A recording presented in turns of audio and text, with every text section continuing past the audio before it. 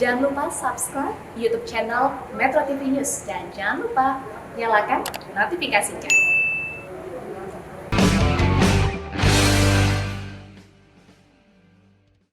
Nama Erick Thohir beberapa waktu yang lalu menjadi pusat perhatian karena dia dituduh terlibat dalam bisnis PCR dan mendapat keuntungan dari kebijakan pemerintah berkaitan dengan PCR. Begitu juga Erick Thohir dikritik karena mengangkat sejumlah orang di jabatan komisaris BUMN sebagai balas budi atas dukungan mereka terhadap Presiden Jokowi. Nah, hal lain yang juga menarik adalah Erick Thohir dituduh tidak punya rasa kemanusiaan karena dia menutup sejumlah BUMN yang berakibat pada sejumlah orang yang kehilangan pekerjaan. Begitu juga ketika Presiden Jokowi dalam pertemuan dengan para pimpinan BUMN di Labuan Bajo, terlihat ada kemarahan, kekecewaan di sana. Dan lagi-lagi yang dimintain pertanggungjawaban adalah Erick Thohir.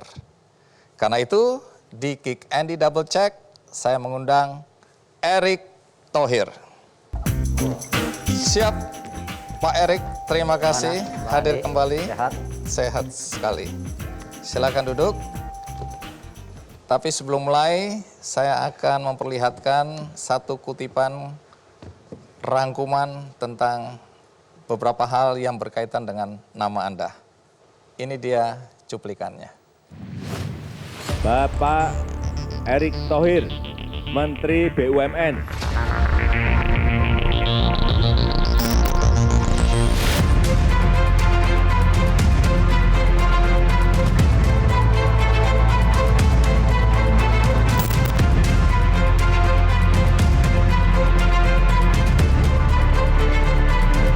Sampai kepada saya, Pak, ini ada perusahaan seperti ini, kondisinya BUMN. Kalau saya langsung tutup aja.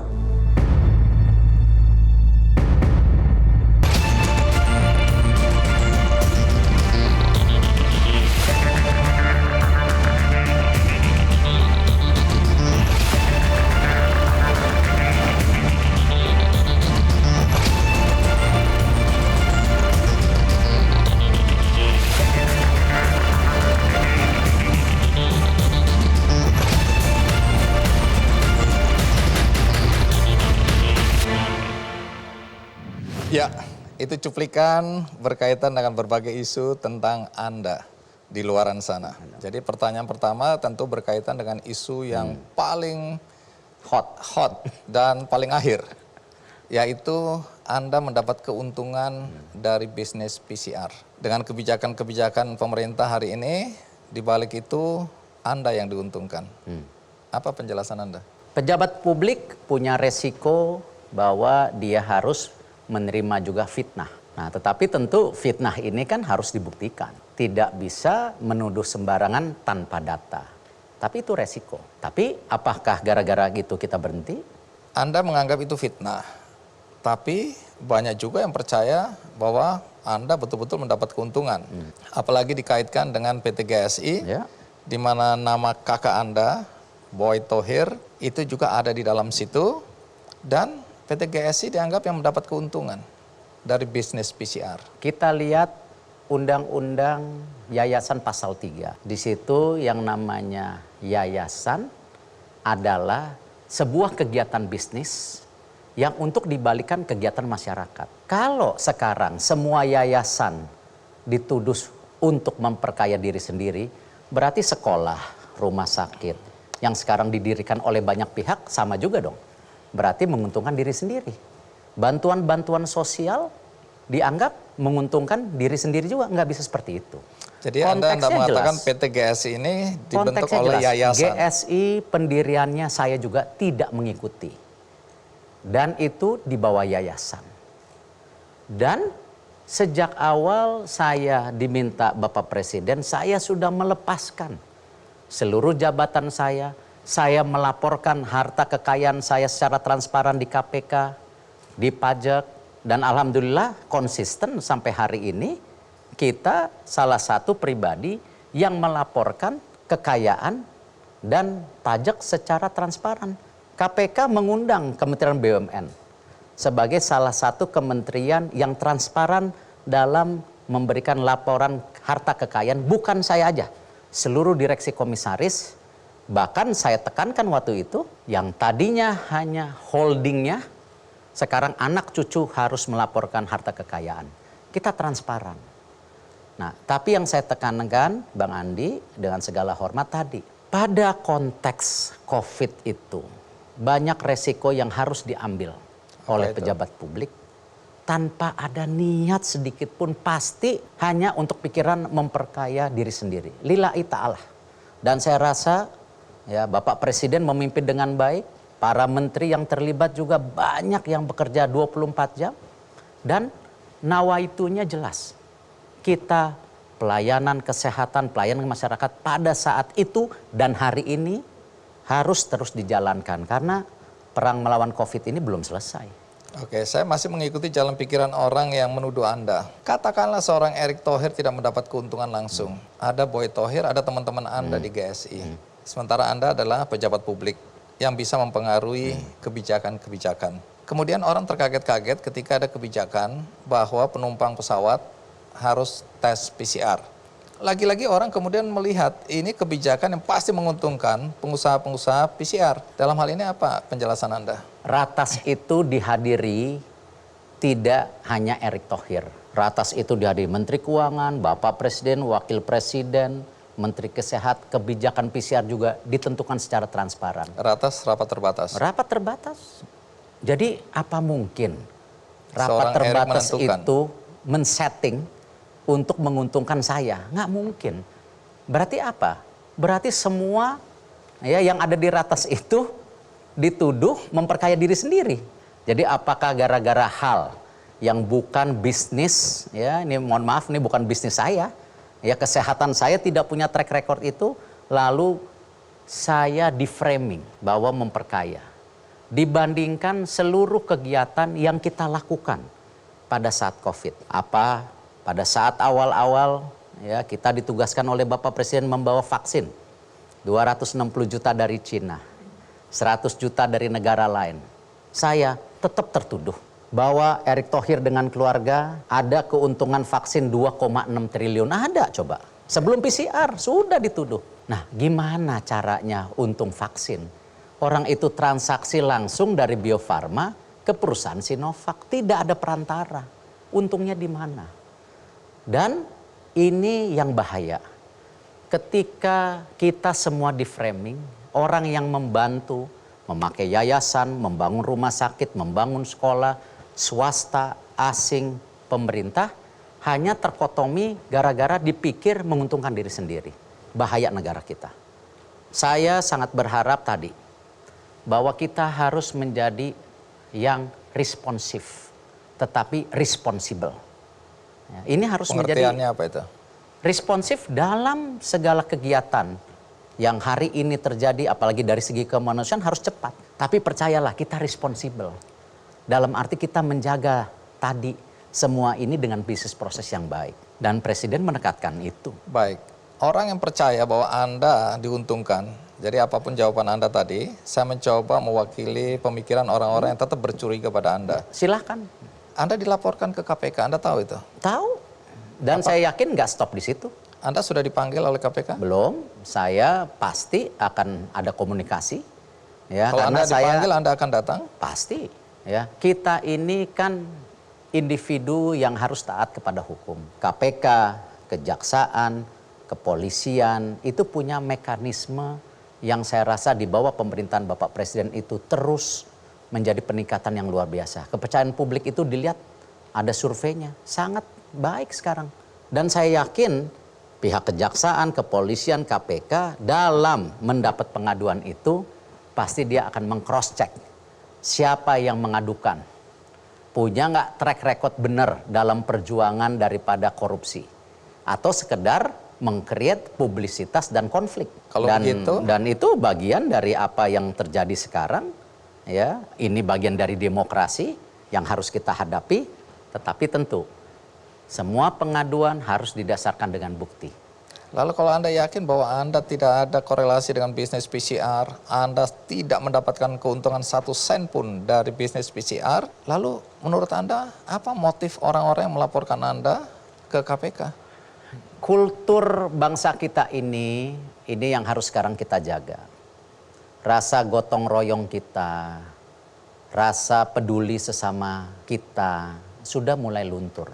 Padahal itu yang membuat kita jadi negara besar. Tapi banyak oknum individu yang melakukan tadi, ya, pembangunan persepsi secara negatif, ya itu haknya mereka. Tetapi saya yakin itu kebenaran akan terbukti. Dan jangan-jangan nanti terbukti kebalik. Yang para pelapor ini malah tidak taat laporan pajak. Ada kasus-kasus lain yang selama Tunggu, ini. Anda sedang menakut-nakuti orang yang melaporkan Anda ini? Tidak. Itu bagian daripada pembuktian terbalik. Sama ketika saya bicara misalnya mengenai BUMN, apakah saya menuduh direksi dan komisaris saya? Tidak. Itu bagian daripada data yang saya dapatkan. Apakah misalnya, PLN punya hutang 500 triliun, memang ada buktinya. Terus kita melakukan apa? Kita lakukan perbaikan di PLN itu. Ya, jadi bukan menuduh direksi, orang direksinya saya angkat juga kok. Tetapi itu fact yang harus kita perbaiki. Apakah kita menyalahi siapapun menteri sebelumnya atau direksi? Nggak bisa. Ini bagian dari continuity yang harus tadi kita selaraskan, kita tanggung jawabkan. Jadi kalau Anda tadi ucapkan kalimat seperti tadi, itu tidak berarti Anda sedang menakut-nakuti orang yang melaporkan Anda. Ini era demokrasi. Nggak mungkin kita menyetop kembali orang ke motif. tidak suka dengan kita. Kembali ke motif. Saya sempat baca bahwa ada yang menduga bahwa motifnya adalah, tanda kutip ini, tapi saya tidak tahu ya, merusak nama Anda karena Anda dianggap sebagai kuda hitam dalam Pilpres 2024. Cocok pakai jas hitam berarti. Saya tidak berpikir sejauh itu. Karena begini, kalau kita bicara kredibilitas, yang kita sudah bangun selama ini kan sebelum jadi menteri sudah ada kredibiliti itu. Apalagi di publik internasional. Dan banyak hal-hal di internasional yang saya masih aktif. Tidak mungkin kredibilitas saya mau dikorbankan yang selama ini jadi menteri baru 2 tahun. Selama ini jadi Erick Thohir udah 49 tahun. Anda jaga masa kredibilitas reputasi itu? Yang 49 tahun kita rusak gara-gara 2 tahun. Baik, jadi kalau tadi dijelaskan bahwa kita belum tahu motif orang melaporkan Anda. Tapi kalau seandainya Anda diperiksa dan tidak terbukti, apakah Anda akan melaporkan balik pelapor Anda? Saya rasa hak-hak demokrasi itu kan berlaku 2 arah. Berlaku 2 arah. Dan ini bagian tadi membangun juga responsibility untuk semua pihak.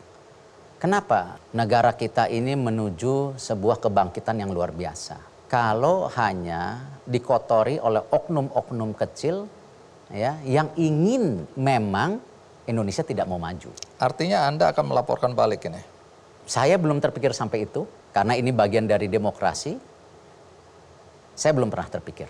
Apakah Anda Dan sudah banyak yang menuduh saya seperti ini. Contoh, ketika ada sebuah media oknumnya ditutup, menuduh saya untuk bisnis vaksin 2,6 triliun. Saya laporkan ke Dewan Pers dan udah ada buktinya apa? Akhirnya mengaku bersalah. Tapi apakah itu saya jadi zolim? Enggak lah. Kita reputasi kita bukan dibangun karena tadi untuk menyakiti orang ya, atau hanya gila kekuasaan karena kita berkuasa kita injek seorang, ya enggak lah.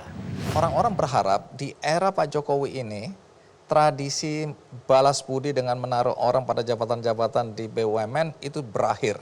Tapi Anda menjadi bagian dari politik balas budi tadi. Apa jawaban Anda?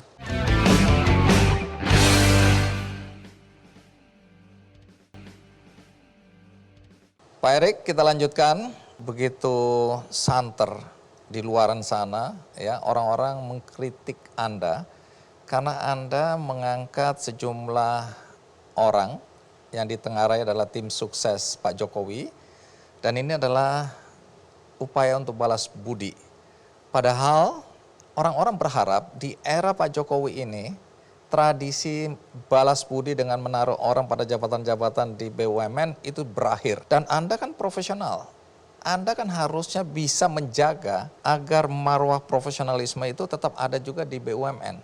Tapi Anda menjadi bagian dari politik balas budi tadi. Apa jawaban Anda?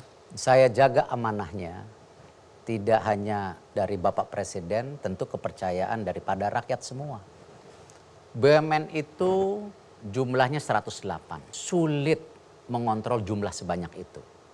Karena itu sejak awal kita menekankan transformasi BUMN di mana jumlahnya kita ciutkan menjadi 41. Alhamdulillah sudah terjadi.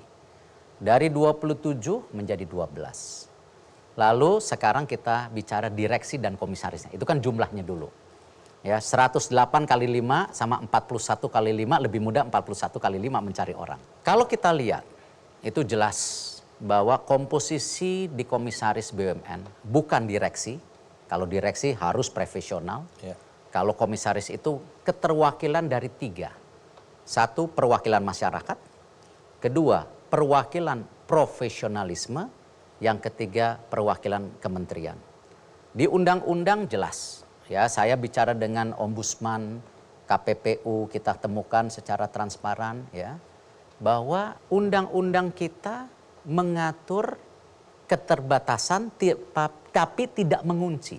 Contoh, tidak ada larangan yang bicara bahwa kementerian tidak boleh menaruh komisaris di BUMN. Tidak ada undang-undangnya. Ini undang-undang BUMN ya? Undang-undang BUMN ataupun yang lain. Kalau ternyata ada, ya pasti saya terapin. Saya tidak mungkin menjadi figur yang tidak taat undang-undang.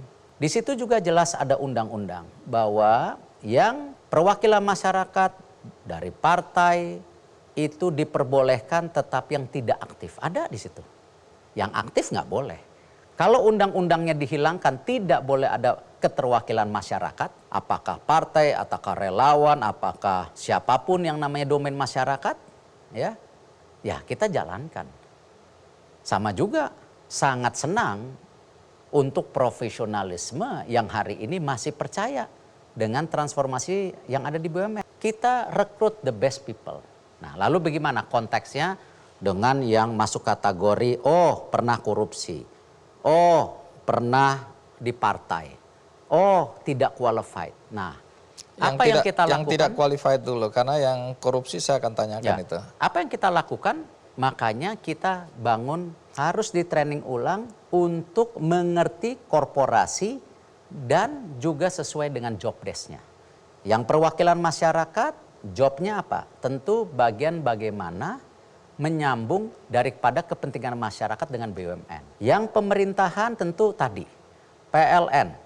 Pertamina itu juga harus bekerja sama dengan baik dengan Kemenkyu karena banyak yang namanya subsidi.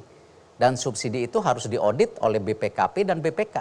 Dan Kemenkyu di situ ada keterwakilannya. Atau misalnya di industri pertambangan ada keterwakilan dari Kementerian SDM. Nah, hal-hal kompleksiti itu terjadi tetapi undang-undangnya tidak pernah melarang. Berkaitan dengan undang-undang, kalau kita bicara undang-undang BUMN, sebenarnya di situ juga ada klausal bahwa komisaris itu harus punya kecakapan juga berkaitan dengan atau kompetensi dia berkaitan dengan industrinya atau bisnisnya. Kemudian di situ juga disebutkan bahwa ya paling tidak dia menguasai. Tapi faktanya ada 18 orang dalam catatan yang saya kumpulkan yang kemudian menilai ini semua adalah orang-orang yang ditengarai tadi adalah tim sukses. Kita katakanlah Anda tidak melanggar undang-undang, tapi etikanya bagaimana? Nah, kalau kita bicara etika, kita balikan juga.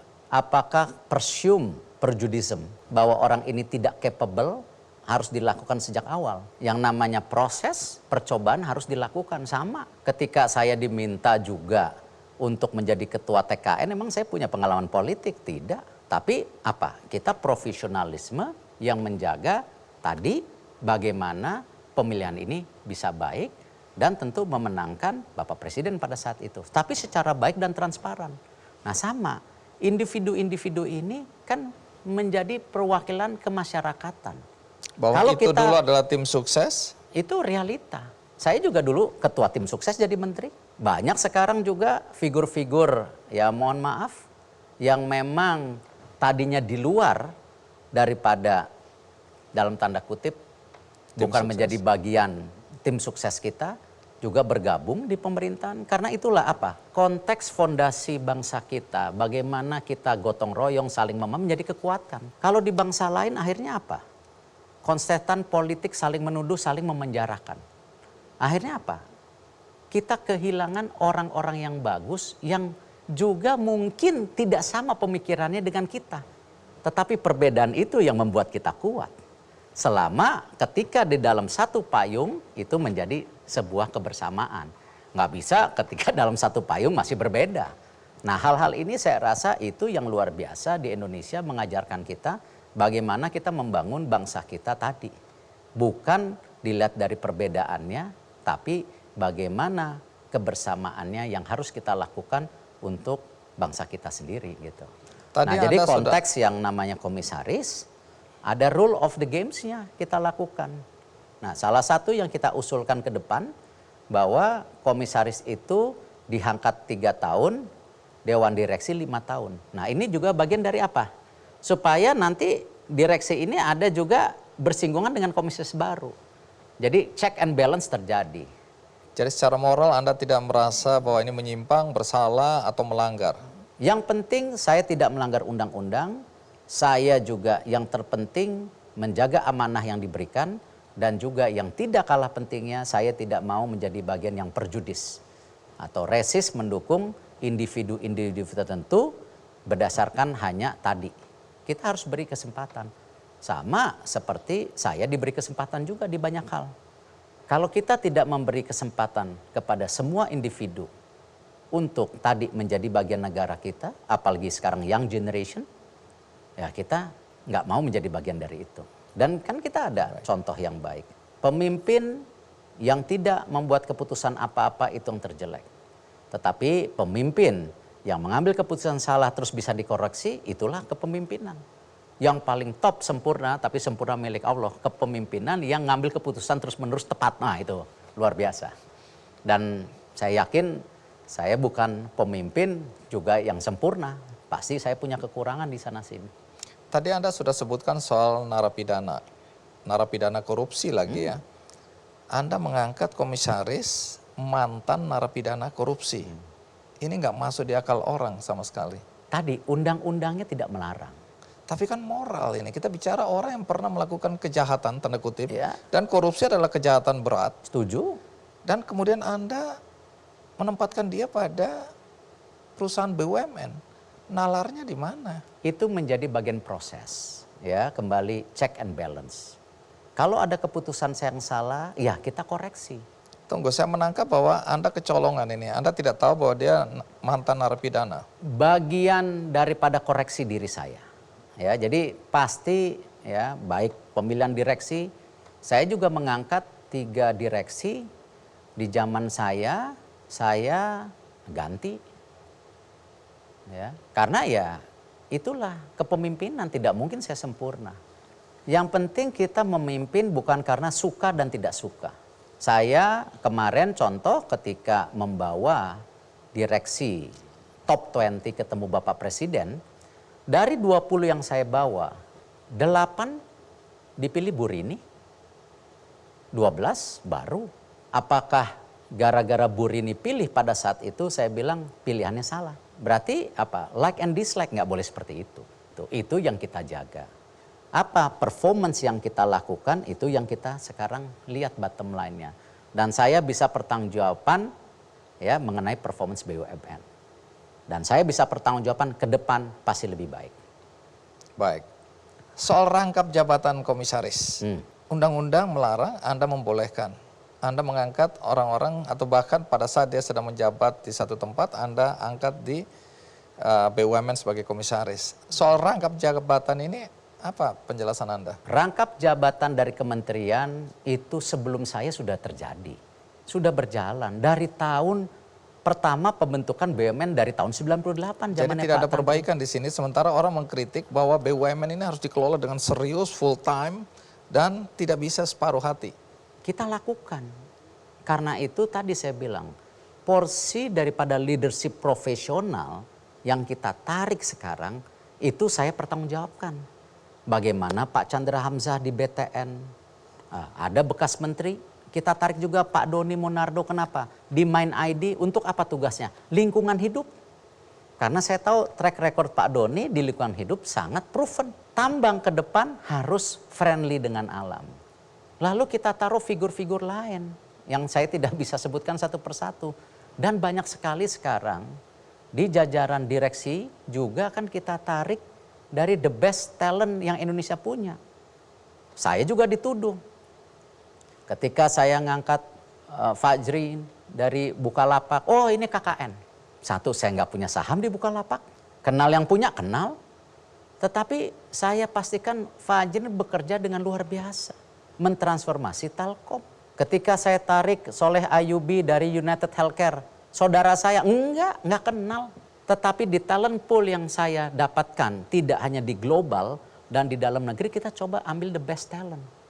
Karena itu sekarang 5% alhamdulillah tercapai. Apa? Direksi BUMN di bawah 42 tahun. Kenapa ini penting? Karena kenapa? Ke depan mesti ada sustainability BUMN. Dan anak-anak muda ini penerus. Saya tidak rela menjadi bagian yang kebetulan dipercaya, mendiamkan market kita dipakai untuk pertumbuhan bangsa lain. Jadi ada konspirasi untuk mematikan Garuda.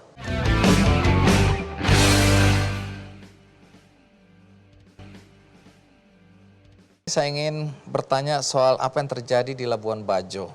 Karena kita lihat di berbagai pemberitaan, Pak Jokowi sebagai presiden marah-marah. Ya. Kemudian dia mengatakan BUMN manja, ya, tidak proaktif, malu-maluin, ditutup aja, dan seterusnya, dan seterusnya. Orang menoleh kepada Anda. Menterinya ini kan Erick Thohir. Tapi sebelum kita lanjutkan, ada baiknya kita lihat dulu statement Pak Presiden. Jangan sampai yang namanya BUMN itu seperti birokrasi. Ruwetnya aja Pak. Pak Menteri sampaikan kepada saya, ya, Pak ini ada perusahaan seperti ini, kondisinya BUMN. Kalau saya langsung tutup aja. Nggak ada. Diselamat-selamatin gimana kalau sudah kayak gitu. Terkesan Pak Jokowi marah. Ya ada kecewanya pasti di situ juga. Dan kemudian Anda dituding lagi. Ini Erick Thohir yang harus bertanggung jawab. Bisa Anda jelaskan soal kemarahan ini? Bapak Presiden jelas ketika kami undang ke Labuan Bajo, ya, kami memilih 20 top CEO untuk mendapat, ya, arahan langsung dari Bapak Presiden. Dan di situ saya rasa sangat bagus arahannya. Kenapa? Message-nya Bapak Presiden kan jelas. Bahwa yang top 20 ini bagus, tetapi yang sisanya belum bagus. Harus terus diperbaiki. Itu message-nya. Tetapi kalau dilihat sepotong-sepotong kan sulit. Saya kan sebelum Bapak Presiden pidato, saya sudah sampaikan hal yang sama di situ. Nah sekarang apa yang diinginkan beliau sekarang ini? Tentu terjadi percepatan. Beliau meminta 2 tahun ini lebih cepat lagi dari sebelumnya. Bahwa kita punya 88 progress report yang kita harus selesaikan atau transformasi sampai tahun 2023. Tahun ini saja ada 41 yang harus kita lakukan. Tahun depan ada lagi berapa puluh. Tahun ini alhamdulillah kita bisa selesaikan 38. Yang 3 belum selesai karena satu dan lain hal. Selesai itu pengertiannya apa? Semua terjadi, penggabungan Bank Syariah Indonesia terjadi. Itu salah satunya. Men-split Pertamina menjadi holding, subholding supaya kelihatan daripada detail angka-angka costingnya, itu sudah terjadi. Dan tentu apakah itu sudah baik? Presiden bilang harus lebih cepat lagi. Karena ini benar-benar beliau mengharapkan terjadi transformasi yang sangat signifikan. Ya, saya tidak kerja sendiri. Nah, di situ konteksnya memang Presiden menginginkan percepatan. Dan saya terima. Dan itu sejalan dengan visi kita semua. Tidak lihat dari clickbait-nya media. Nah, ini yang birokrasi ini yang saya sampaikan ke Bapak Presiden bahwa kami memohon kita diberikan hak lebih untuk bisa menutup, memerger BUMN ini dengan cepat. Yang tadinya proses merger untuk BUMN perlu waktu setahun. Kenapa? Mesti di-approval oleh semua pihak. Itu menjadi yang lama. Makanya Pak Presiden bilang birokrasi, lama. Nah ini yang kita coba percepat dengan RUU BUMN ini. Untuk suntikan PMN, oh tetap itu mesti Menteri Keuangan, nggak bisa kita. Nah, sampai di situ dulu, karena salah satu yang dikritik oleh Presiden adalah sikap manja dari BUMN. Minta diproteksi melulu, kalau dia rugi, kemudian minta suntikan dana PMN. Setuju. Ya, penanaman modal negara. Dan ini kan uang APBN, uang rakyat. Itu yang saya bilang sangat setuju. Ini bukan, berapa kali saya bikin statement, ketemu direksi BUMN. Bahwa ini sekarang eranya pasar bebas. Apalagi dengan digital. Yang namanya jualan e-commerce saja seluruh dunia bisa pesan sekarang. Bukan era proteksi lagi. Karena itu saya sering mencontoh ada 2 ya, atau 3 BUMN yang open market bisa bersaing. Salah satunya di industri perbankan. Di mana perbankan kita BRI, Mandiri, BNI, BTN, BSI sekarang lahir itu bisa terbuka bersaing dengan swasta dan asing. Telkomsel bersaing dengan Indosat, dengan XL. Semen Indonesia bersaing secara terbuka. Ini yang kita harapkan di 12 klaster, yang tadi 12 grup yang saya sampaikan di awal, itu mereka 12 grup itu harus bisa bersaing secara pasar. Tapi banyak orang khawatir, karena ini lihat sejarah, bahwa BUMN kita tidak akan mampu bersaing ketika proteksi itu dilepas. Himbara bisa, Telkom bisa. Artinya bahwa tuduhan atau ketakutan bahwa BUMN kita tidak bersaing, itu menurut Anda tidak benar juga? Tidak benar, tapi juga ada benarnya untuk sebagian besar yang belum siap berubah. Nah, karena itu salah satu konteks yang saya dengan Bu Sri Mulyani duduk bersama dengan kementerian terkait mengenai PMN. Karena kalau kita lihat PMN yang diajukan saya hari ini itu mayoritas PMN penugasan. 75% PMN penugasan. Pengertiannya apa? Penyelesaian jalan tol Trans Sumatera, penyelesaian juga tol di beberapa titik. Jadi bukan sesuatu yang corporate action. Artinya dibolehkan? Yang memang konteksnya pembangunan infrastruktur ini kalau dihitung secara bisnis hari ini tidak visible. Tetapi kalau jangka panjang akan visible. Jadi yang ini dibolehkan? Itu bagian penugasan konteksnya. Contoh apa lagi? Di situ memang saya mengajukan 20% ya PMN restrukturisasi. Apa? Itu untuk Jiwasraya yang 20 triliun lebih. Dan ini sudah penyakit dari tahun 2006-2012 yang selama ini tidak bisa diselesaikan. Dan kadang-kadang persepsinya ini Bumi Putra pun BUMN bukan. Bumi Putra bukan BUMN. Ya, jadi Jiwasraya BUMN dimiliki negara. Nah, ini yang kita selesaikan karena kita nggak mau Bang Andi mendapat amanah, kita nggak nyelesain tugas kita karena selesaikan takut. itu berarti selamatkan. Iya, selamatkan Jiwasraya. Kenapa? Nasabah-nasabahnya kan terkorupsi. Yang korupsi sekarang sedang dituntut oleh Pak Jaksa Agung seumur hidup. Dan ini suatu percontohan yang baik apa? Tindak pidana korupsi yang memang terbukti. Nah, ini kembali jangan fitnah, terbukti. Saya juga nggak mau fitnah sama yang melakukan korupsi di Jiwasraya dan itu direksinya kena di rootnya. Yang bermain juga kena. Nah, tapi dengan fakta dan data, bukan fitnah. Karena itu proses hukumnya ada. Dan sekarang Pak Jaksa Agung berjuang bagaimana ada tuntutan seumur hidup. Dalam konteks proteksi, kita bicara Garuda sekarang. Pro kontra di luar. Garuda dengan utangnya yang puluhan triliun itu, kemudian setiap bulan katanya kerugiannya 1,4 triliun. Orang bilang, ya selamat tinggal Garuda. Ya. Ada yang bilang nggak bisa, ini kebanggaan kita harus diproteksi. Dalam konteks ini pemerintah nggak ada kepastian ini. Ini, Bang Andi, bahwa tadi saya bicara pasar bebas ini sudah terjadi dengan digital. Itu realita yang harus kita hadapi. Tetapi juga ada konteks lainnya yang hari ini saya sudah terus bicarakan. Apa itu? Bahwa juga dengan era yang terjadi di dunia ini, kita juga jangan juga gampang diakali. Apa Diakali artinya? oleh? Begini, banyak sekali sekarang negara-negara itu mengincar Indonesia hanya jadi market. Saya tidak rela menjadi bagian yang kebetulan dipercaya, mendiamkan market kita dipakai untuk pertumbuhan bangsa lain. Jadi ada konspirasi untuk mematikan Garuda. Saya tidak bicara Garuda, ini konteks besarnya sebelum Garuda. Saya ingin, dan saya rasa Pak Presiden juga sama, bahwa market kita harus dipastikan menjadi pertumbuhan bangsa kita, jangan bangsa lain. Karena itu ada yang namanya hilirisasi yang di sumber daya alam. Nah, Garuda ini ya, ini bisa kanan kiri.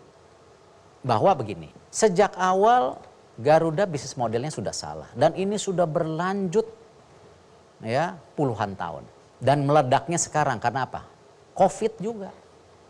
Ketika apa? Yang selama ini dimanja, karena kita punya domestic market yang sangat kuat, nah Garuda lebih senang, ya bukan Garudanya, oknum di Garudanya, membuka terus pemikiran ke luar negeri. Yang akhirnya apa? Jumlah pesawatnya bermacam-macam. Dibikin skenario. Oh kalau terbang ke sini mesti pakai pesawat ini. Itu yang akhirnya apa? Lesornya kita, sewaan pesawat kita, paling banyak di dunia jumlah macam pesawatnya. Di dalam satu airlines industry. Yang akhirnya juga kita paling mahal sewa pesawat di dunia. 28%, yang rata-rata dunia itu 6% daripada cost operasional. Nah ini yang kita harus hadapi, bahwa Garuda kompleksitinya itu bukan semata-mata kejadian hari ini. Sudah kejadian berpuluh tahun ya terjadi, dan ini ada skenario mencari uang di sewa-sewa pesawat. Dan itu terbukti, KPK sudah memenjarakan. Nah yang kemahalan yang tidak terbukti ada unsur kickback atau uang balik, yaitu bodohnya kita negosiasinya. Nah karena itu apa? Sejak awal kan kita bilang bahwa bisnis model Garuda, Citylink harus kembali ke market lokal. Seperti tadi argumentasi kita punya market jangan dijual murah. Jangan orang masuk-masuk aja. Garuda punya domestic market yang sangat besar. Seperti pesawat-pesawat Amerika seperti United, Continental, Southwest. Berapa banyak pesawat Amerika pergi ke luar negeri? Kalau tidak salah hanya United aja yang dari New York ke London. Artinya pasar yang lokal lainnya domestik semua domestik lokal Amerika, Southwest Artinya segala. ini ada kesan Garuda akan diproteksi nih. Nah itu yang saya bilang. Jadi kita tidak boleh anti proteksi juga. Tetapi selama tadi rules permainannya diakui oleh dunia. Kalau mau buka pesawat terbang di Amerika harus perusahaan Amerika. Punya media di Amerika harus warga negara Amerika. Jadi jangan juga bicara kita seakan-akan pasar terbuka, tetapi banyak negara lain juga ada proteksinya. Nah hal-hal ini juga artinya apa? Kita mesti pintar. Ya, mana yang tidak perlu proteksi silahkan. Mana yang perlu proteksi tetapi bukan berarti merugikan negara. Bahwa dia bisa sustain secara bisnis tanpa suntikan negara. Nah ini nih, jadi bukan proteksi yang suntikan negara terus. Jadi Garuda atau Citylink kalau fokus aja dalam negeri, dia punya revenue dan bottom line akan jauh lebih sehat. Jadi Garuda akan dipertahankan. Hari ini kita harus masuk dulu proses restrukturisasi Garuda. Di mana kita harus negosiasi sewa yang ada kasus korupsinya dan ada tentu kemahalannya sampai 28% dibandingkan negara lain 6% jadi 22%. Kita harus jalan ke situ dulu. Bukan pilihan yang mudah. Setelah ini direstrukturisasi, ya, bisnis modelnya kita harus fokus dalam negeri untuk berapa tahun ke depan untuk menyehatkan keuangan daripada Garuda. Dan kemarin DPR sudah memutuskan tidak ada PMN dari APBN. Nah dari ini juga kemudian? Saya lagi mau duduk. Ini konteksnya apa? Misalnya BUMN yang nyuntik dengan cash flow-nya BUMN atau kembali mengundang lagi secara pasar, ya. Nah ini konteks yang kita sedang lakukan. Tapi pasti perbaikan Garuda harus dijalankan hari ini. Seperti kemarin kita tidak menutup mata Jiwasraya harus diselesaikan juga saat ini. Nah, kalau Garuda baru awalnya. Nah, inilah penting ke depan konsistensi daripada Garuda. Dan kita tidak menyerah, Pak Andi. Buktinya kemarin kita dengan segala kesempitan dan kesempatan tanda tangan code sharing sama Emirates. Ya, jadi masih ada kepercayaan Masih Garuda, dipercaya. tetapi kita jangan cinta buta. Ya, cinta buta yang akhirnya juga membahayakan pengambilan keputusan dan juga membahayakan Garudanya sendiri. Nah, inilah posisi-posisi yang memang tidak mudah. Nah, itu bagian tanggung jawab BUMN. Sampai kiamat, ingat sampai kiamat nggak akan balik modal.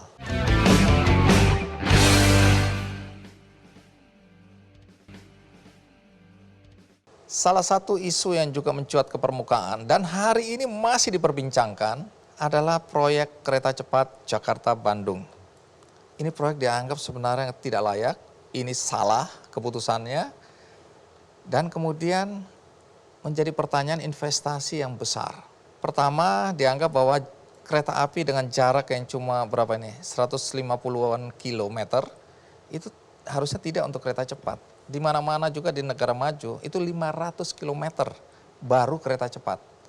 Di situ ada jalan tol lagi, kenapa harus cari alternatif lagi? Sehingga proyek ini akan, atau dianggap akan gagal, mubazir.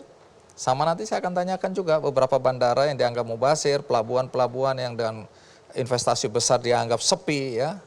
Nah, sekarang jawab dulu soal kereta api cepat. Ini menuai kritik.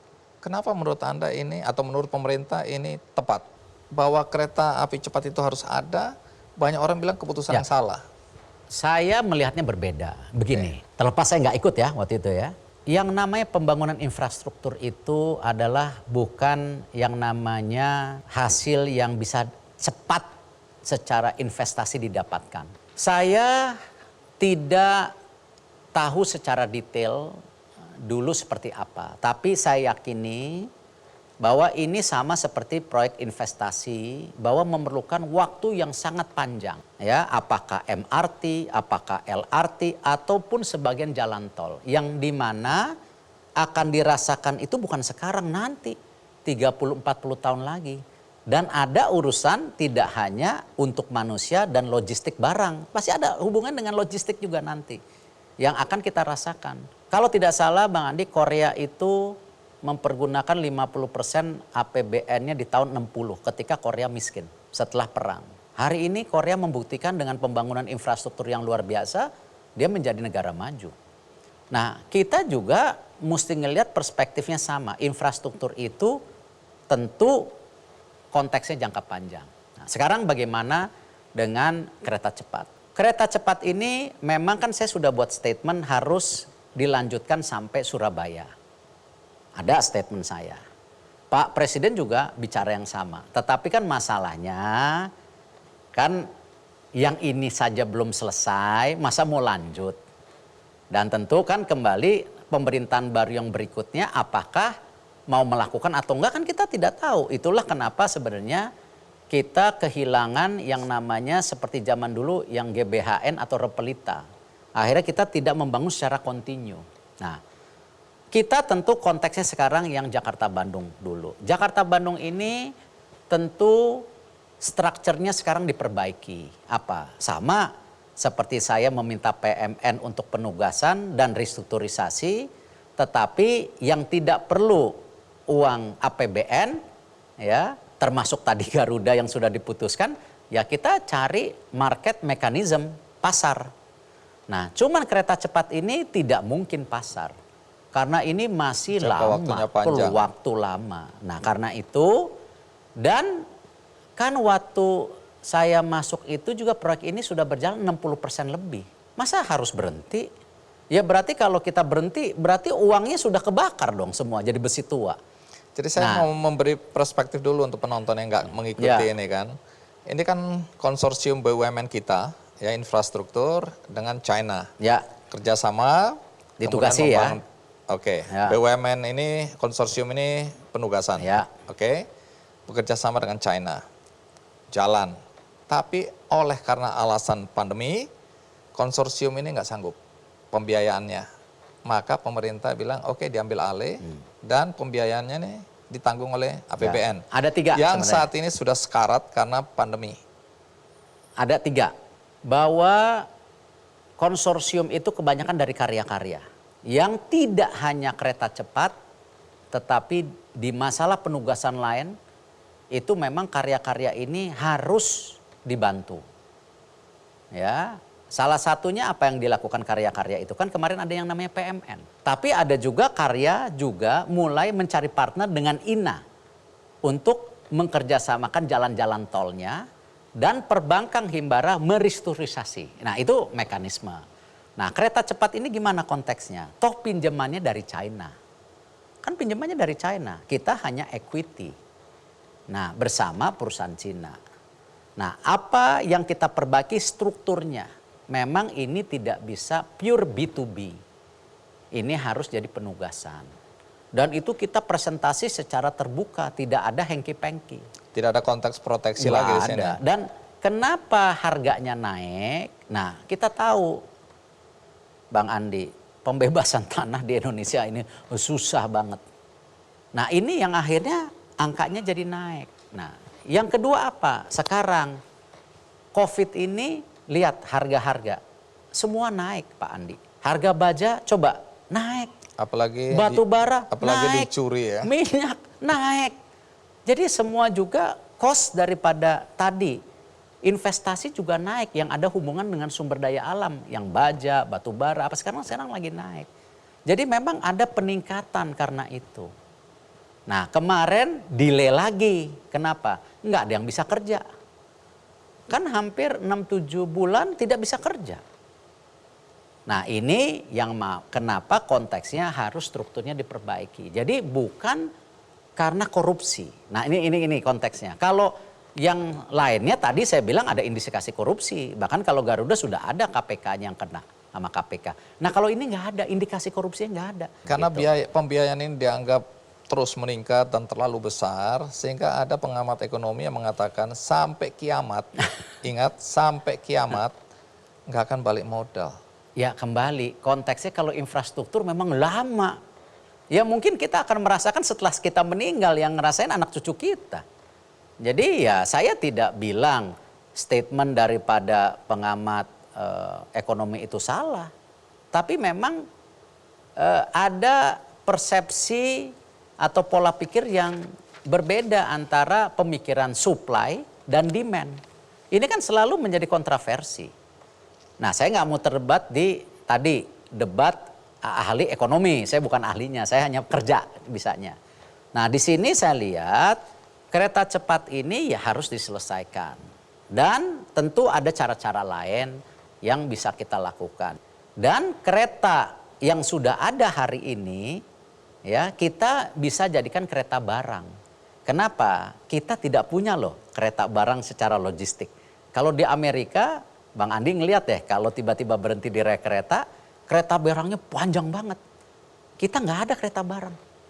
Kita kombinasi. Adapun apalagi sekarang relnya kita kan baru double track baru sekarang. Sudah lama nggak pernah double track. Nah makanya logistik kita juga mahal. Tidak hanya di udara, tidak hanya di laut, tidak hanya di jalanan. Nah ini yang kembali harus berpikir secara ekosistem. Tidak hanya kereta cepat saja. Kita mesti lihat yang lain-lainnya. Dan saya siap tetap ya dipercaya ataupun dicopot. Sejak awal saya bicara itu dan konsisten sampai hari ini.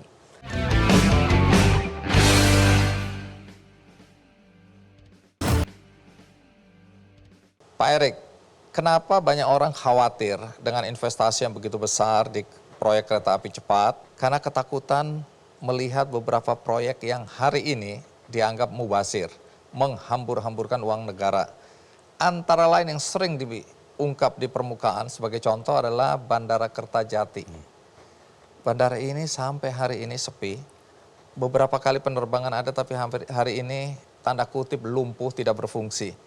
Ini kan penghambur-hamburan uang. Bagaimana perencanaan awalnya? Anda bisa jelaskan atau tidak? Kembali tentu saya nggak mau membela diri, saya belum menjadi anggota kabinet saat itu. Tetapi saya konteksnya seperti ini. Ini kan bukannya era siapa benar siapa salah, tapi bagaimana kita harus memperbaiki. Saya percaya sekali dalam membangun sesuatu itu tidak hanya boleh dilihat sepotong-sepotong, tetapi berdasarkan ekosistem yang besar. Pemerataan ekonomi di Indonesia kan tidak boleh hanya Jawa sentris atau Jakarta sentris. Sama seperti kita bicara di Sumatera, itu kan pemerataan dengan pembangunan jalan tol terbukti daripada listriknya pun permintaannya meningkat. Ataupun pembangunan di Indonesia Timur. Nah, Jawa Barat ini kan jumlah populasinya sangat besar. Dan bonus demografi kita ke depan sangat membahayakan kalau kita tidak bisa membuat tadi rencana kerja daripada pembukaan lapangan kerja. Karena itu Omnibus Law lahir. Nah, Jawa Barat sendiri kalau saya lihat bahwa memang sudah lama infrastrukturnya tidak diperbaiki. Kalau kita lihat airport sekarang kan masih mempergunakan airport yang dimiliki angkatan udara dan di tengah kota. Lalu kalau kita lihat juga konektivitas ke Jawa Barat sekarang dengan jalan tol menolong. Tetapi lain-lainnya itu masih belum maksimal. Padahal Jawa Barat itu adalah pusat industri Indonesia. Apakah otomotif, apapun lain-lainnya itu di Jawa Barat, tekstil, macam-macam. Nah, ekosistem mengenai pelayanan daripada logistik, apakah udara, laut, dan lain-lainnya itu tidak pernah dipikirkan secara besar. Nah, kembali saya bukan membela diri, ya memang atau tadi saya bicara yang sebelumnya memang perlu waktu. Dan yang menarik kan pembangunan Kaya Kertajati itu bukan didominasi oleh BUMN. BUMN hanya punya 15%. Mayoritas itu pemerintah daerah Jawa Barat. Artinya apa? Artinya apa? Bahwa ini diberi kesempatan daerah-daerah juga untuk membangun. Nah, tinggal bagaimana kembali itu yang kemarin saya ketemu Pak Ridwan Kamil di Bandung waktu itu. Dan terus saya bersama-sama Pak Ridwan Kamil juga coba mempromosikan solusi ke Dubai. Kemarin saya ketemu Pak Ridwan Kamil juga, kita pitch, kita coba jualan untuk investasi daripada ekosistem di Jawa Barat yang namanya AeroCity. Di mana di AeroCity itu tidak hanya airport tetapi juga ada kawasan industrial. Nah, kawasan industrial ini, nah BUMN juga ada peran. Kenapa? Kita punya lahan 1.600 hektar di Subang yang kita terbuka untuk dijadikan kawasan ekonomi khusus seperti di Batang. Di mana Batang sukses. Sekarang Batang itu di grup 1 apa di gerombolan 1 itu yang 400 hektar udah habis tanahnya. Karena investasi dari Korea. Nah, ini juga Subang nanti mesti dipikirkan yang namanya pelabuhan, airport, kargo dan lain-lain dengan ini. Ini kita lagi lakukan. Ya, kembali saya melihat ini bukan proyek buang-buang uang, tapi perlu waktu. Patimban sendiri kan lebih menarik lagi. Di situ kan swasta. Saya akan tanyakan juga soal Patimban. Itu swasta. Ya. Ini baru diresmikan tahapan pertama, tapi sampai hari ini sepi. Tapi swasta itu. Itu kan BUMN cuma punya 10%, 90%-nya swasta. Jepang dan swasta nasional. Jadi kalau dipersoalkan di dalam hal ini ada BUMN di dalamnya itu menurut Anda tidak tepat? Ya tidak relevan, tapi punya saham punya. Kenapa? Hari ini ya kembali kalau BUMN itu kan selain korporasi juga pelayanan publik. Sekarang dengan situasi COVID, ya Patimban ini belum maksimal, sekarang kita diminta bantu oleh Menteri Perhubungan untuk operasi dulu sampai COVID ini. Tetapi industri mobil Jepang di Indonesia sangat tinggi. Tinggal kembali Jepang berani nggak memindahkan sebagian investasinya dari Thailand ke Indonesia. Ya, karena ini kita tinggi loh. Salah satu market terbesar mobil itu di Indonesia. Kalau tidak salah kita lebih tinggi dari Thailand. Dan tentu untuk domestic consumption sendiri mestinya bisa. Nah, tapi apakah Jepang mau atau tidak? Saya nggak bisa jawab karena Patimban itu kan Jepang investasi. Tetapi Korea dan China sekarang lagi investasi EV besar-besaran. Di mana mereka akan melihat tadi investasi di Subang dan juga akan tadi kebutuhan daripada pengiriman mobil ini juga akan punya infrastruktur yang penting. Nah, karena itu Korea dan China juga sekarang merebut pasar market Jepang. Nah, ini tentu persaingan geopolitik atau persaingan bisnis yang menarik buat Indonesia.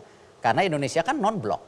Jadi sebaik-baiknya kita investasi masuk untuk pembukaan lapangan kerja. Jadi saya melihat, kasih waktu kita lihat, dan tentu ya kami dari BUMN ya siap dalam arti kalau memang nanti di kemudian hari ada problem ya kita coba cari solusi atau bantuan, tetapi dengan ekosistem yang benar. Baik. Tidak sepenggal-penggal. Jadi Anda barusan menjawab, mengajak orang melihat tidak parsial, tidak sepotong-sepotong, tapi lebih komprehensif, lihat ekosistemnya. Untuk menjawab kritik yang sekarang ramai disampaikan oleh banyak orang, banyak pihak ya. Nah, soal kritik ini, omong-omong Anda terganggu nggak dengan banyaknya kritik?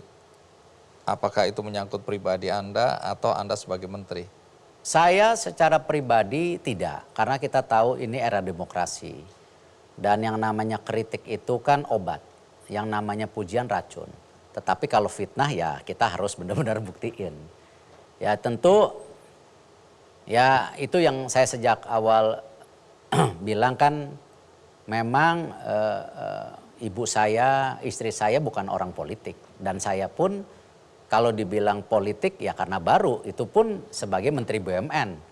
Menteri yang dalam tanda kutip sebenarnya korporasi. Nah ya memang ya biasalah pembicaraan di rumah, ya kita harus sampaikan ke ibu saya terutama yang sudah usia 82 tahun dan istri saya ya bahwa tuduhan-tuduhan itu tidak benar. Jadi saya harus menjawab pertanyaan daripada orang terdekat saya dulu. Dan itu yang tentu bagian dari dinamika kita sebagai pelayanan publik. Tapi tidak mengganggu pekerjaan secara pribadi dan secara pekerjaan enggak. Itu justru tantangan saya. Dan karena saya yakini saya bersih. Nah tetapi kan di rumah, kalau tadi Bang Andi tanya, masyarakat nanya, di rumah juga nanya. Nah tentu ya saya harus jelaskan, itu yang lebih berat sebenarnya. Jadi Anda sebenarnya ini bahagia atau tidak jadi menteri ini? Ya saya rasa saya konsisten. Ya kalau kita bicara kehidupan sebelumnya, ya nikmatlah jadi presiden Inter Milan. Kemarin juga di G20 ketika di Roma masih banyak yang kenal, lumayan lah gitu. Nah memang kehidupan swasta tentu lebih ya tidak banyak bosnya diri sendiri, membayar pajak, membuka lapangan kerja juga. Nah cuman konteksnya memang berbeda. Hari ini kan saya pembantu presiden, yang dimana saya sejak awal juga saya bicara, saya declare, saya juga serahkan pada saat ini untuk membuat yang terbaik. Dan saya siap tetap ya dipercaya ataupun dicopot. Sejak awal saya bicara itu dan konsisten sampai hari ini. Karena Anda dianggap kuda hitam ya, yang bisa aja muncul sebagai calon presiden 2024. Sampai di sini Anda punya ambisi enggak? Senin sampai Kamis dan Sabtu jam 11 malam.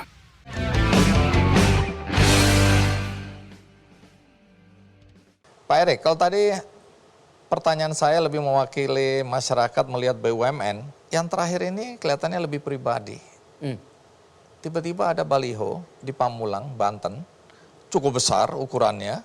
Kalau Anda mau lihat coba di layar kalau bisa ditayangkan. Di situ ada tulisannya, ini Erik out, tagarnya ya. Erik gagal, 3 tanda seru. Ini Forum Demokrasi Banten, saya nggak tahu persis. Tapi bagaimana Anda melihat baliho sebesar ini? Apa reaksi Anda ketika Kalau politiking kan bisa aja yang suruh pasang Forum Demokrasi Banten tuh saya sendiri. Oh. Supaya kalau dizolimi kan bagus gitu. Oh. Tapi intinya nggak itu. Ini kalau kita ngomong politik Iya. dizolimin supaya bagus Supaya dong naik gitu. gitu. Kasihan Erik gitu Padahal ya. kita yang kita suruh gitu. Oke. Saya rasa ini di mana tadi di Pamulang, Banten, Oke. atau di Tangerang Selatan sana? Ya saya rasa ya saya nggak bisa jawab kenapa ya, karena mungkin juga Tapi ini Anda nggak kenal pemasangnya ini? enggak. Oke, nggak ada korelasi apa-apa dengan Anda? Enggak. Saya rasa ya ini bagian dari dinamika lah dalam arti. Dan saya juga nggak tahu kan Erik gagal nggak dijelasin Konteksnya gagal di apa? mana gitu. Sehingga Kalau Anda misalnya susah menjawabnya gagal kalau- Garuda kan tadi kita jelaskan. Kereta cepat kita jelaskan. Nah ini gagal apa gitu. Oke. Jadi Anda tidak terganggu ini? Saya rasa tidak, dan kalau konteksnya itu jelas justru itu bagian kita juga untuk introspeksi diri kan. Kalau yang saya tangkap dari penjelasan ada beritanya ya bahwa Anda dianggap gagal karena banyak BUMN yang merugi. Satu, kemudian kedua banyak BUMN yang Anda tutup sehingga pengangguran naik karena banyak orang yang kehilangan pekerjaan. Jadi Anda dianggap tidak punya peri kemanusiaan. Ya. Nah, coba kalau itu Ya, kan 90% BUMN terdampak COVID. Apakah kita menutup BUMN yang 7 aja susah? yang sedang dalam proses. Iya, tetapi yang kita tutup itu kan kebanyakan BUMN yang memang anak cucu yang tidak bermanfaat. Bahkan menjadi ajang ya nyuplai barang-barang antara BUMN yang akhirnya terkena kasus korupsi. Nah, karena itu kita berikan solusi lain, yaitu tender di bawah 400 juta itu harus UMKM, kita membuat yang namanya padi UMKM. Jadi tidak boleh antara BUMN lagi. Pasar digital. Dan alhamdulillah pasar digital untuk kebutuhan BUMN. Jadi misalnya PLN perlu furnitures, perlu seragam, ya udah tenderin di situ. Jadi nggak tertutup. Nah, cuman semua BUMN kita masukin. Padi UMKM itu luar biasa sekarang setelah setahun kita luncurkan, gara-gara Eric out juga mungkin ini. Ya, itu total transaksi 10,4 triliun, 120.000 transaksi, 10.100 UMKM. Nah, kita lakukan itu. Jadi ya kalau saya harus menutup BUMN yang seperti itu, saya dengan senang hati karena itu bukan bagian dari pembukaan lapangan kerja, mengurangi lapangan pekerjaan, tapi konteks. Tapi kalau kita lihat hasilnya hari ini, bahwa kalau kita lihat tahun 2020, kita net income atau laba bersih kita 13 triliun kalau nggak salah. Tahun ini semester 1 itu sudah 26 triliun. Itu karena efisiensi. Karena kita lakukan tadi daripada operation excellence. Ya toh dari 108 BUMN menjadi 41 yang dividen tetap 11 Bang Andi.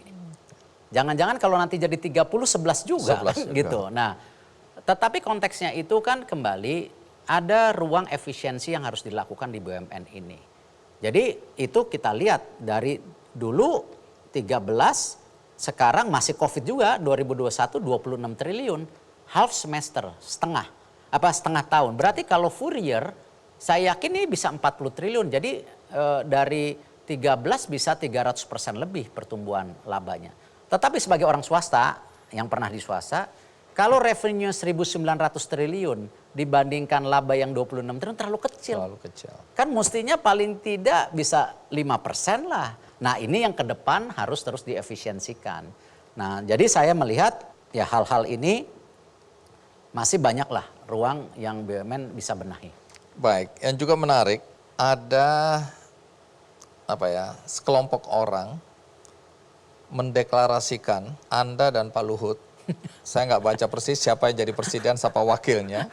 Tapi ini PCR. Nah, ini dilihat dari dua perspektif ya. Ya. Pertama PCR. Ya, ini kan Anda lagi diterpa isu PCR. Tapi di sini adalah pendukung cinta Republik. Wah. Jadi Anda diusulkan Luhut Erik capres dan cawapres. Oh, Anda cawapres. 2024 ya. Pasti Anda mau kasih komentar apa? pasti dua-duanya gagal. Presiden orang Jawa kok. Ya kan, udah pasti ini pasangan yang gagal. Ayo kita salaman hari ini. Saat dua-duanya bukan orang Jawa, ya kan. Udah gitu PCR ini kan isu yang sedang negatif.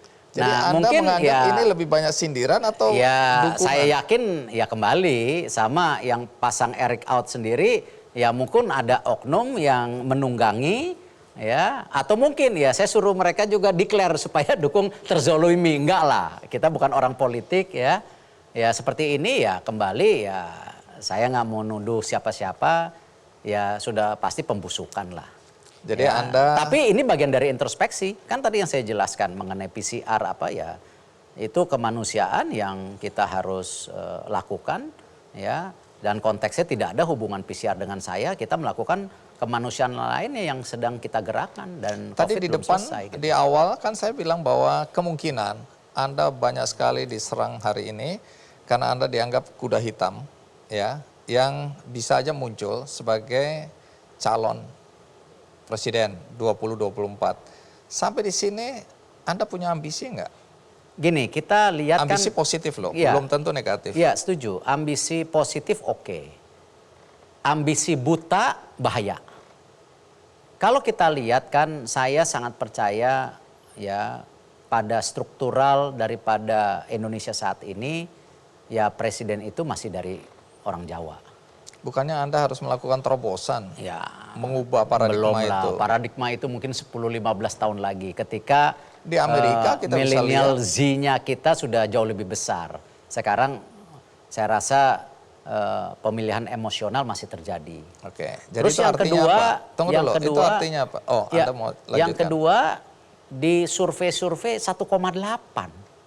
Oh, jadi Anda Ya, Anda yang ngikutin lain juga coba berarti kita ya? lihat yang lain udah 5, 30, jauh lah. Tunggu. Kenapa Iya kan? Anda punya perhatian pada hasil Kan survei? diceritain di media-media ada 1,8, ada bahkan yang bilang saya 4,3. Saya pakai yang 1,8 bukan yang 4,3. Kalau saya ambisi buta, saya bilang Bang Andi, Bang, saya 4,3. Saya pakai yang terendah 1,8. Berarti ini jauh. Dan hari ini tadi ini rakyat masih susah, masih menghadapi daripada COVID. Ekonomi kita baru mau bounce back. Ya kemarin di G20, di COP26 Indonesia dituntut untuk merubah total strateginya kepada energi terbarukan. Cocok, setuju. Jadi Anda menganggap Ya kan? ngomong soal pilpres ini buang-buang waktu aja. Saya lihat masih konteks yang hari ini terlalu dini. Kita lebih baik ini tadi. Bang Andi masih bicara mengenai yang ini kenapa, yang ini kenapa. Ya pasti saya juga akan ditagih ya nanti ya apakah saya masih di dalam pemerintah atau di luar pemerintahan pasti ditagih. Mana kinerjanya? Tapi kalau di beberapa ATM, kalau orang mau ambil uang di BUMN, bank-bank BUMN, wajah Anda muncul loh di ATM itu. Bayangkan nggak kalau saya taruh di BCA? Nah itu baru propaganda. Tidak, tapi kan Kalau- Anda bisa aja kalau dianggap bicara memanfaatkan fasilitas negara Kalau untuk bicara akhlak, kampanye. kalau bicara akhlak itu bukan hanya BUMN sekarang. Pak Cahyo dan Bapak Presiden mendeklarkan akhlak itu menjadi bagian dari ASN. Artinya di gambar itu Anda sedang menyampaikan soal promosi akhlak. akhlak. Kalau saya juga misalnya, kalau kita lihat ketika COVID Maret dan Juli, saat COVID, saya juga memakai fasilitas BUMN untuk mempromosikan daripada promosi untuk menjaga protokol kesehatan. Jadi Anda di ATM itu bukan sedang kampanye untuk Konteksnya tadi di aset BUMN kita bicara mengenai kampanye akhlak, bukan pilih Erick Thohir. Atau misalnya saya mempropagandakan keberhasilan saya, enggak, itu akhlak. Itu konteksnya hari itu memang fasilitas BUMN bisa dilakukan selama konteksnya benar.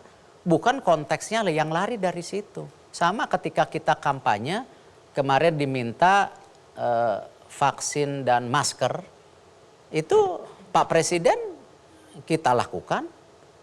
Dan saya rasa banyak hal yang kita lakukan juga. Saya rasa sekarang contoh, banyak kementerian juga memasang baliho di depan kantornya. Berarti dia menggunakan fasilitas publik untuk mempromosikan dirinya untuk sesuatu, kan enggak. Memang di depan kementeriannya. Bahkan sekarang di beberapa tempat saya lihat ada gambar saya sama Pak Basuki bicara akhlak. Karena apa? Kerjasama PUPR dan BUMN. Oke. Nah, kalau konteksnya di luar itu saya setuju. Tapi kalau konteksnya itu masih menjadi bagian yang tadi, ya saya rasa wajar-wajar. Semua kementerian melakukan itu juga. Baik. Ada dua pertanyaan tersisa. Yang pertama adalah apakah nanti sesudah era Pak Jokowi selesai, kalau Anda diminta untuk menjadi menteri, Anda bersedia? Tergantung Tergantung apa? siapa pimpinannya ke depan. Dan tergantung punya nggak komitmen tadi apa yang sudah dibangun oleh Pak Jokowi itu bisa berkelanjutan. Karena saya yakin banyak hal yang sedang dilakukan oleh Bapak Presiden ini belum selesai. Itu kriteria Anda kalau diajak ya? Kalau diajak. Untuk- Kalau nggak diajak ya dagang lagi di luar. Oke. Kembali. Dan kelihatan lebih bahagia itu. Iya, kan masih punya klub juga. Iya, Sepak iya. bola kecil-kecilan. Nah, pertanyaan terakhir, ke depan apa rencana Anda? Saya rasa untuk sampai 2024 ya, kalau tidak ada penugasan lain atau mungkin ya saya kayak nggak tahu kan pembantu presiden ya konteksnya harus siap. Saya melihat satu transformasi yang diminta oleh Bapak Presiden ini dalam 2 tahun ini harus dipercepat. Tidak mudah karena yang kita lakukan di 2 tahun pertama saya merasa baik dan ini terima kasih sama tim saya. Ya, saya nggak malu-malu, wamen saya luar biasa. Ya, sesmen saya, deputi saya, staf-staf saya semua. Tapi untuk percepatan berikutnya ini perlu effort yang lebih besar lagi. Nah, ya tentu terus terang kemarin pulang dari UAE, Bapak Presiden membuat rapat terbatas mengenai percepatan investasi dari UAE dan negara lain. Nah, itu banyak BUMN juga. Jadi saya akan mengadakan rapim minggu depan, ingin konsolidasi, kita kuat nggak? Kalau kita nggak kuat, kita perlu lakukan apa? Nah, walaupun saya sudah menyiapkan tadi tim tambahan, Special Delivery Unit dan International Relation. Nah, itu pun jumlahnya sedikit. International Relation kita cuma 2 orang. Special Delivery Unit kita cuma 5 orang, sedikit timnya. Karena saya juga nggak senang terlalu banyak orang. Saya mau efisien. Nah, tetapi saya ingin juga menanyakan ke tim saya, siap nggak? Karena ini kayaknya banyak, keras. Iya, mesti tambahan lagi dan saya tahu wamen saya, sesmen saya kadang-kadang juga udah mulai kecapean. Ya, tapi ya ini bagian dari tanggung jawab lah ketika kita diberi kepercayaan. Baik. Terima kasih, Pak Erik sudah mau jadi tamu istimewa saya di acara Kick and Double Check. Mudah-mudahan dengan penjelasan Anda, siapapun yang menonton acara ini mendapatkan perspektif yang lebih utuh. Sekali lagi terima kasih. Terima kasih. Itu tadi bincang-bincang dengan Erick Thohir, Menteri BUMN. Bagi Anda yang nonton di tengah-tengah, tidak dari awal, jangan khawatir. Anda bisa menyaksikannya dari awal pada tayangan ulang di metrotvnews.com. Juga ada cuplikannya di channel YouTube Kick and the Show. Akhirnya semoga acara ini bermanfaat bagi kita semua. Sampai jumpa. Sepakat untuk memenuhi keinginannya Mbak Nurella untuk mengumrohkan kedua. Allahu Akbar, alhamdulillah. Makasih Pak Erik. Malaikat benerannya. Allahu Akbar. Makasih Pak Erik. Makasihnya ke PLN. Kalau saya yang lagu ya. Yang PLN yang itu, yang lagu saya. Metro TV,